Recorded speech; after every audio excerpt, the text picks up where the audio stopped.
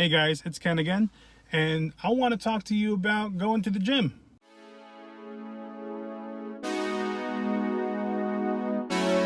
So if you're watching this video, you probably recently have gotten the vertical sleeve surgery done, and you're getting to a point to where you feel like you need to, or you should, or you want to go to the gym, but you're not really sure where to begin. For many folks, the gym isn't a familiar place. So even if you've been to the gym before, or this is your first time going, there's a couple of things that you should know, especially when it comes to having the sleeve, because when it comes to working out, you're going to have energy, and with our restricted diets, that can be challenging. So there are a couple of things that I think they're important to know, especially for people who are going to the gym for the very first time. And that's going to be your protein intake. You want to make sure before you go to the gym, before you start doing any sort of physical activity, you want to have the energy to make it through the entire workout without killing yourself. So you want to make sure that you get your protein intake in before and after each routine. And this is going to be important because you don't want to put yourself in a position to where you may injure yourself or you're in the hospital because of malnourishment. So the second thing you want to look into is going to be your workout routine. Many folks believe that cardio is the answer to weight loss and fat loss.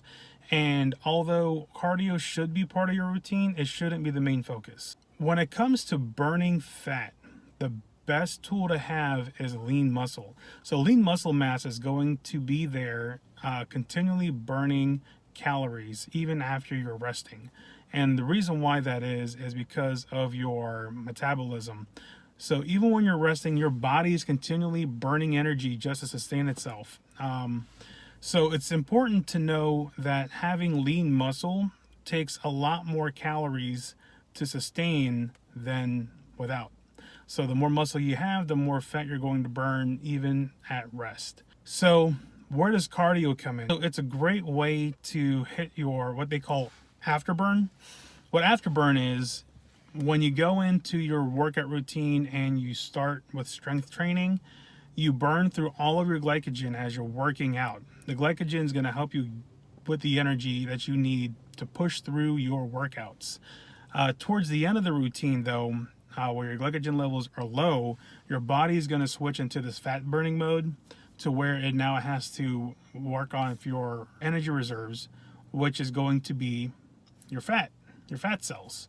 So when you're in this mode, now when you go to the cardio and you burn 500 calories, it's 500 calories burned off through fat, as opposed to going through 500 calories of glycogen that is easily replenished when you're eating anything that's considered a quick carb, things that can be easily broken into a simple sugar. So you want to do strength training first, burn through your glycogen levels, and so that way when you do cardio, for me, if I were to do cardio at the end of every routine, it's only going to be about maybe 10-20 minutes max, only because at that point I'm already fatigued, and more than likely though I'm not going to have much time because I work out early in the morning right before work.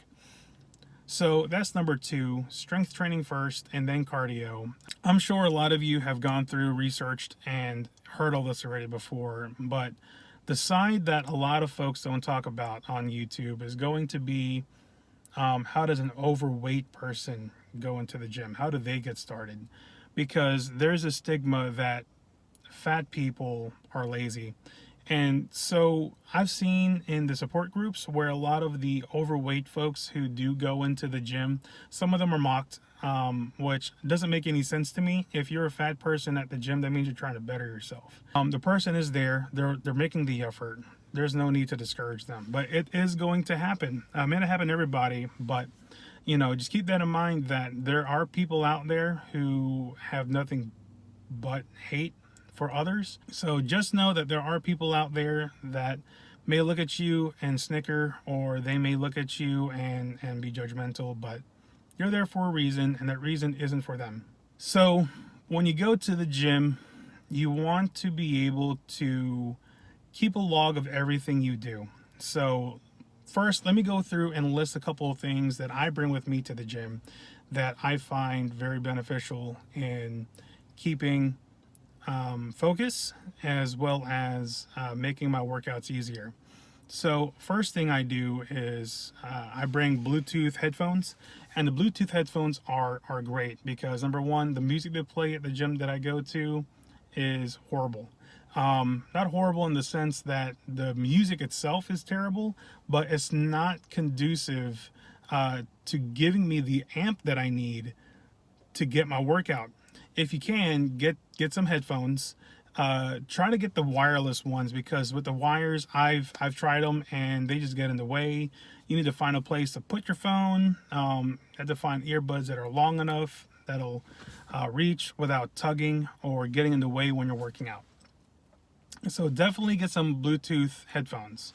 I did get the earbuds that connect to the back, and although those worked for a while, they were still annoying at times, because the more I sweated, they would tend to stick to my skin, and that was annoying. So I switched up recently to these Bluetooth headphones by Blue Ant, and those things are phenomenal. When I saw their video for promotion, the biggest thing on there was the fact that, number one, the ear pads are sweat resistant.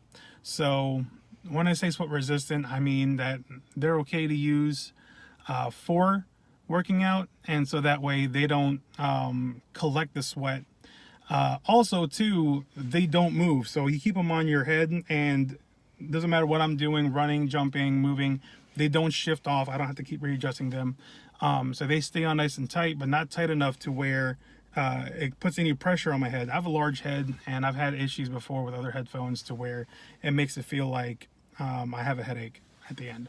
So I would wear these things for about an hour, and very comfortable. At the end, I just wipe them off, any sweat, and I put them away, and they're good to go.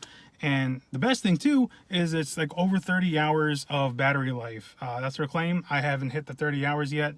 I haven't had to recharge them yet, and I've been going to the gym now for the last almost 3 weeks straight. So Bluetooth headphones are good. The music keeps me focused. Another thing that other folks do is that they wear a hat.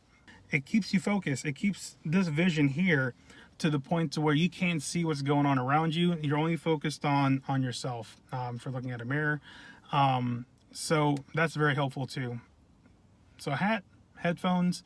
Other things I bring to the gym is a book. I use a book as a workout log. It allows me to track down what I'm doing that day in terms of my workout routine, the sets, the reps, and also the weight or the load. And so having that in my book allows me to, when I go back to do the same routine again the next time I do it, I can check to see where I was, so that way I can progress to either the next load or make any adjustments as needed. Because along with the set reps and weight, I'm also including any kind of notes that I need. So number 1 week, I tried to move up to the next load, and it was still too much for me. I had to stay at that rep. So I made a note that next week when I try it again, to stay at that same weight. Don't try to increase the load, because it's not going to work. And I feel like if I have to readjust in the middle of a workout, I have to reset everything. I don't feel like it's a good workout. So I'd rather just stay where I am and then do the whole thing and then move on to the next exercise.